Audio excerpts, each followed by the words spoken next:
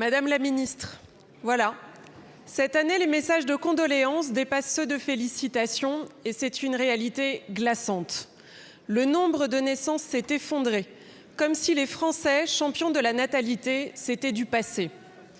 Mais il n'y a pas de fatalité. Et depuis plus de 6 mois, nous travaillons avec quelques collègues députés sur les raisons qui font renoncer à un désir d'enfant.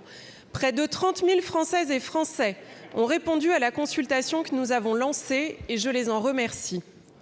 Leur message est sans appel. Les 2/3 nous disent qu'améliorer les congés et les modes de garde les inciterait à faire un enfant de plus.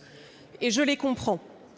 Votre enfant a 2 mois et demi et on vous demande de retourner au turbin. Vous n'êtes pas remise de votre accouchement. Les nuits sont hachées. Votre allaitement est condamné, sans parler de la création du lien d'attachement, de la sécurité affective encore si fragile. Et en plus, vous devez confier ce que vous avez de plus précieux à des inconnus, souvent sans véritable choix sur les modes de garde. Bien oui, c'était la seule place disponible. Mais voilà. L'État vous alloue jusqu'à 900 € mensuels pour confier votre bébé, le double de l'indemnité du congé parental. Le message est donc clair. Le retour rapide au travail est plus important que tout le reste.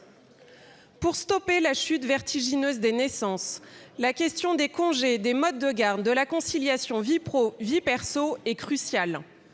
Les pays scandinaves nous le démontrent.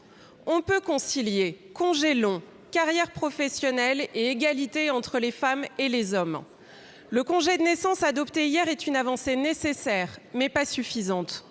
Nous devons permettre aux mères de mieux accueillir leurs nourrissons et aux pères de trouver toute leur place. Alors, Madame la Ministre, trouvez-vous normal qu'il soit plus rentable de confier son enfant que de le garder lorsque les parents le souhaitent?